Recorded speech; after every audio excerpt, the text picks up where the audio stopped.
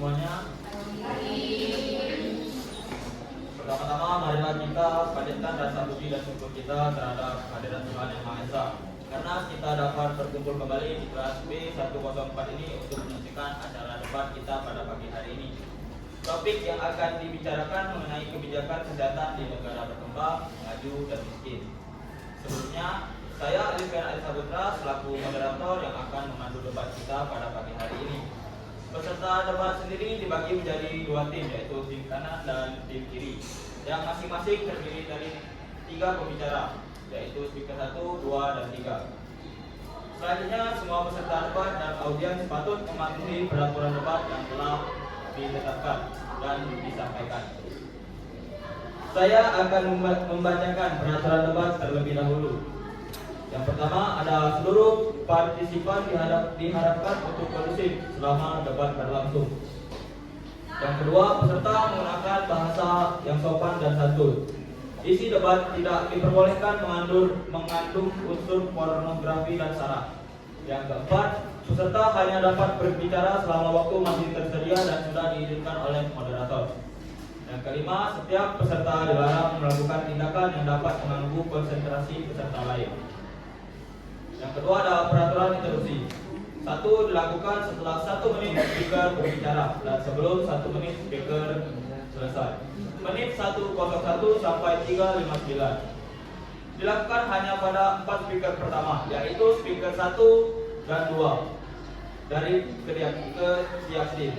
Masuk ke speaker 3 sudah diharuskan fokus menyampaikan kesimpulan, tidak boleh disanggah. Yang ketiga adalah siapapun dari tim lawan atau tim yang sedang tidak berbicara boleh menyanggah lawan. Yang keempat, speaker bebas menerima atau menolak sanggahan. Penolakan hanya sampai 3 kali. Lebih dari itu boleh langsung memotong pembicaraan.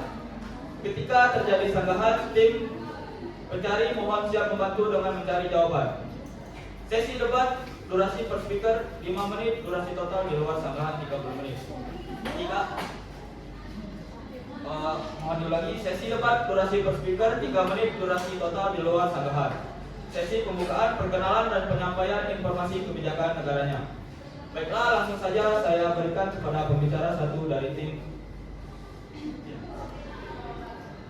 Korea Selatan. Waktu dimulai ketika pembicara mengucapkan kata pertama. Baik, terima kasih atas kesempatan ini. Assalamualaikum warahmatullahi wabarakatuh. Waalaikumsalam warahmatullahi wabarakatuh. Selamat pagi semuanya, salam sejahtera kita semua. Perkenalkan, saya Aurel Prakiwi sebagai pembicara pertama dari debat kali ini dari tim kebijakan kesehatan di negara Korea Selatan. Pertama, kebijakan kesehatan di Korea Selatan merupakan model terbaik untuk diadopsi oleh negara lain dalam menghadapi kebijakan kesehatan, yaitu yang pertama, National Health Insurance Service atau NHIS. Berdasarkan jurnal Background and Data Configuration Process of American Population versus Study using the Korean National Health Insurance System. Dengan sistem NHI ini, penduduk Korea Selatan memiliki akses pelayanan kesehatan yang berkualitas dengan biaya yang terjangkau. Karena NHI ini mengcover kurang lebih dari 70% biaya perawatan kesehatan, termasuk biaya screening kanker. Bagi mereka yang berpendapatan rendah, pemerintah Korea memberikan subsidi untuk membantu membayar premi asuransi kesehatan yang biasa disebut dengan medical aid atau MA. Lalu bagi lansia, khususnya yang berusia 65 tahun ke atas, pemerintah membuat program Long Term Care Insurance atau LTCI, bertujuan untuk meringankan beban keluarga dan masyarakat dalam merawat lansia yang membutuhkan perawatan khusus. Lalu yang kedua, Korean Center for Disease Control and Prevention atau KDC. Salah satu kebijakan yang dibuat untuk penanganan dan pengendalian penyakit menular, salah satu contohnya dalam kasus COVID-19. Berdasarkan laporan dari British Broadcasting Company atau BBC, Korea Selatan menjadi panutan dalam menangani pandemi COVID-19 ini. Mereka mengimplementasi program pengujian skala besar sejak awal pandemi. Dalam waktu yang singkat, mereka mampu memproduksi dari mendistribusikan tes PCR secara luas. Sistem kesehatan mereka mampu menyesuaikan kapasitas rumah sakit untuk menangani pasien kritis tanpa membebani kesehatan secara berlebihan. Yang ketiga, teknologi dan digitalisasi dalam layanan kesehatan. Korea Selatan ini dikenal dengan karena investasi besarnya dalam teknologi kesehatan. Salah satu teknologi digitalisasinya kesehatan untuk membantu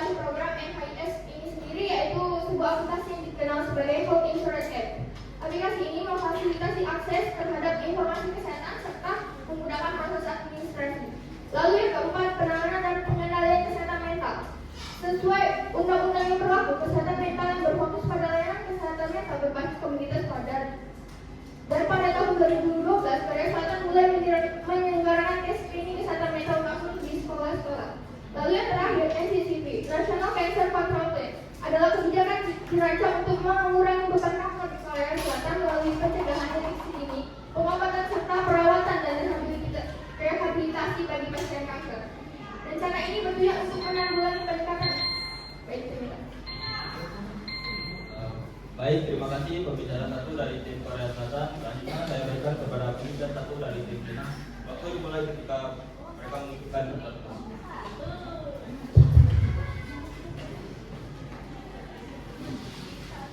Selamat pagi dan salam sejahtera Dewan Juri Pelayanan dan tim moderator pengatur waktu serta hadirin yang saya hormati.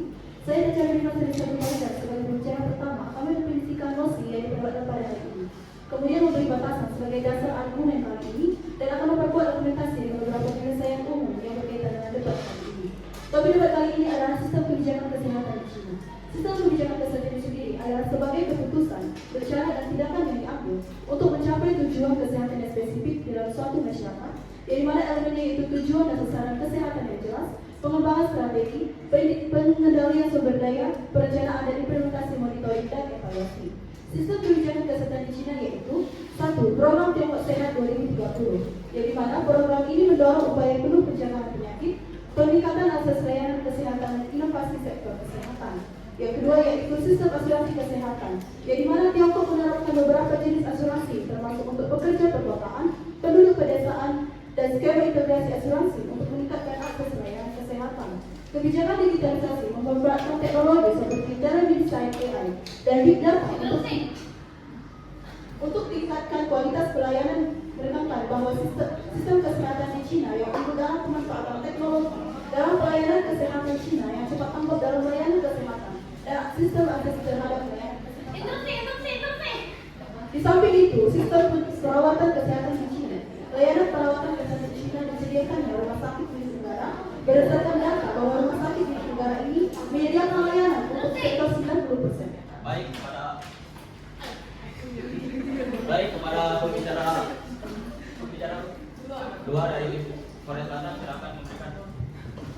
Saya ingin menanyakan kenapa asuransi kesehatan di Cina ini dibedakan antara pekerjaan perkotaan dengan pedesaan, di mana bukannya hal ini menjadi yang membuat menimbulkan Cina itu kesenjangan atau ketidakmerataan yang merupakan tantangan dari Cina itu tersendiri, di mana di Korea Selatan itu sudah terlihat bahwa dia menyediakan asuransi yang berbasis nasional yang tidak adanya diskriminasi di antara seluruhnya. Dan kenapa terjadi? Saya akan membedakan.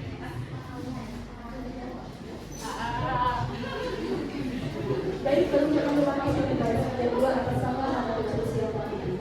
Jika saya menjawab pertanyaan dari speaker 2 dari kelompok Korea Selatan. Pembedaan antara asuransi kesehatan dalam pedesaan dan juga perkotaan itu adalah suatu skema integrasi asuransi yang dimana untuk meningkatkan akses layanan kesehatan.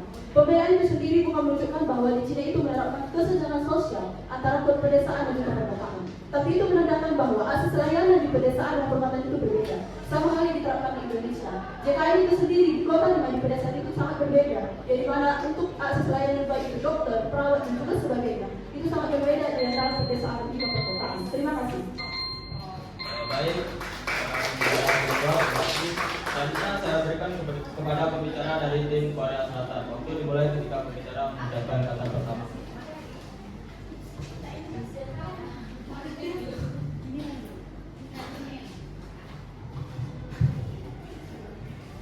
Assalamualaikum warahmatullahi wabarakatuh. Dewan juri yang terhormat, saya Anggodiana selaku pembicara kedua di sini. Saya akan menggambarkan argumen.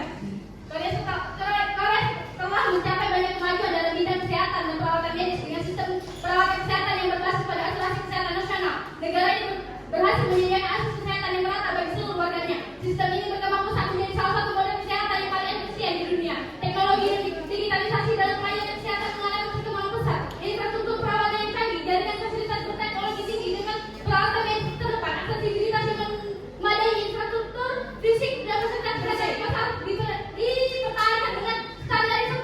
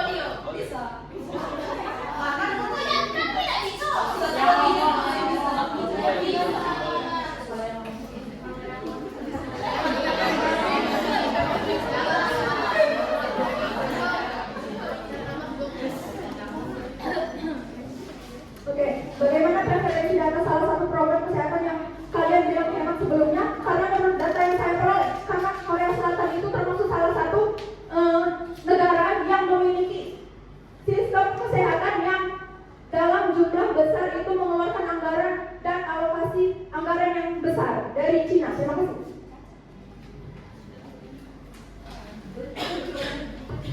Itu dikutip dari tergantung pendapatan dari setiap warganya, sehingga kenapa memiliki layanan sehingga itu tergantung dari pelayanan, tergantung dari kebutuhan atau pendapatan dari masing-masing warganya, sehingga dia hanya berbasis pada asuransi kesehatan nasional yang dimana setiap warganya harus memiliki dan tidak dibeda-bedakan sesuai dengan asuransi yang kalian miliki. Waktu habis. Terima kasih kepada pembicara 2 dari tim Korea Selatan. Selanjutnya saya berikan kepada pembicara 2 dari tim Cina. Waktu dimulai ketika pembicara menggunakan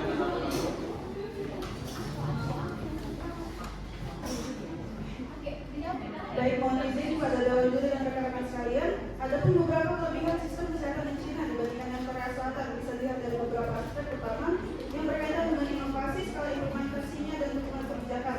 Dalam sistem kebijakan kesehatan di Cina itu menggunakan diagnosis berbasis AI, aplikasi telemedicine yang sangat luas, dan juga proaktif dalam mengintegrasikan teknologi digital dalam pelayanan kesehatan publik. Kemudian penggunaan telemedicine secara luas memanfaatkan jaringan 5G dan infrastruktur teknologi lainnya. Kemudian dalam cakupan populasi yang sangat luas, sistem kesehatan di Cina melayani populasi yang sangat besar, yaitu lebih dari 1,4 miliar orang. Dalam skala sebesar ini, Cina mampu mengimplementasikan program-program besar seperti Healthy China 2030. Kemudian dalam program Healthy China 2030 menargetkan pengurangan prevalensi tidak menular. Jika implementasinya sudah bagus atau lebih unggul dari kami, kenapa masih adanya masalah yang terlihat dan muncul, yaitu muncul klinik gelap yang tidak terdaftar, di mana banyak pekerja migran terpaksa mencari perawatan karena sistem asuransi kesehatan yang terfragmentasi, perawatan dengan sistem asuransi kesehatan yang diskriminasi. Selain itu, layanan kesehatan dan telemedicine di Cina berupaya meningkatkan aksesibilitas, namun masih ada kekhawatiran mengenai kualitas dan kelayakan informasi yang disampaikan.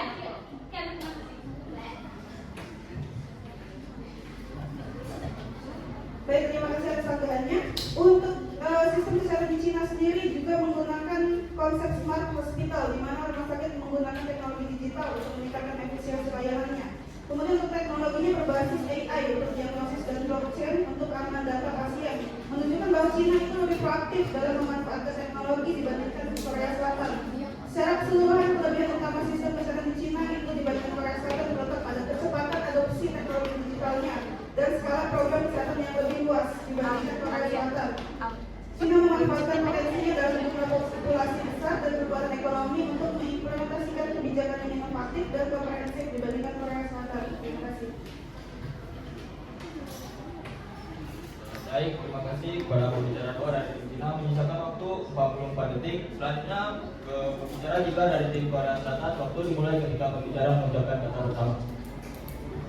Dewan Juri yang terhormat, saya Endrin Parmita selaku pembicara ketiga akan menyangka argumen dari pihak lawan dan memperkuat argumen kami mengapa kebijakan kesehatan Korea Selatan lebih unggul, terbaik dan lebih inovatif daripada Cina. Menurut Journal of Preventive Medicine and Public Health, Korea Selatan telah berhasil menerapkan NHI yang mencakup seluruh penduduk tanpa adanya diskriminasi. Sistem ini memastikan tidak ada warga yang tertinggal dalam mendapatkan akses layanan kesehatan, bahkan untuk kelompok berpenghasilan rendah tersedia program MA, di mana program ini memberikan bantuan keuangan sehingga masyarakat mendapat pelayanan setara. Selanjutnya, pasien hanya menanggung 30% biaya medis jauh lebih rendah dibandingkan negara Cina yang dimiliki kesenjangan antara daerah pedesaan dan perkotaan yang menjadi tantangan besar.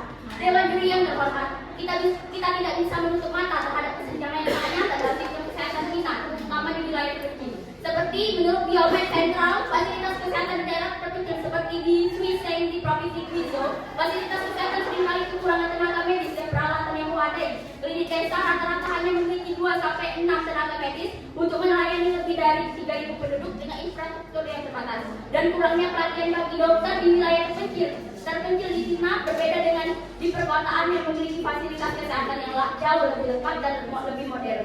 Hal ini menunjukkan bahwa Cina masih memiliki tantangan besar dalam pemerataan akses kesehatan. Jika dibandingkan dengan Korea Selatan yang telah mengatasi tantangan yang serupa, namun belum memanfaatkan telemedicine dan teknologi digital untuk menjangkau daerah-daerah terpencil, seperti itu, kebijakan Cina tidak menunjukkan langkah strategis yang dimana daerah-daerah terpencil itu tidak menunjukkan langkah strategis yang signifikan signifikan untuk memastikan akses yang setara di semua wilayah. Apakah kita bisa menyebut ini sebagai sistem kesehatan yang inklusif?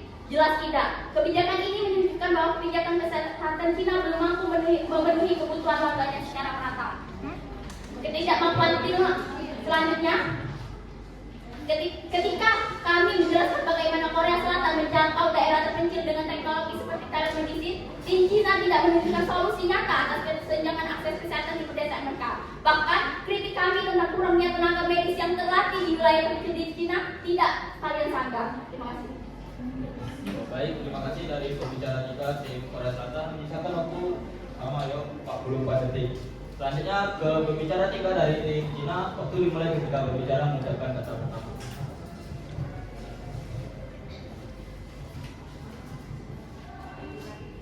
Dewan juri yang terhormat dan rekan-rekan bertemu saya, perkenalkan saya Fadila Yunus selaku pembicara ketiga dari kelompok 1 dari negara Cina mengenai sistem kesehatan yang ada di negara Cina.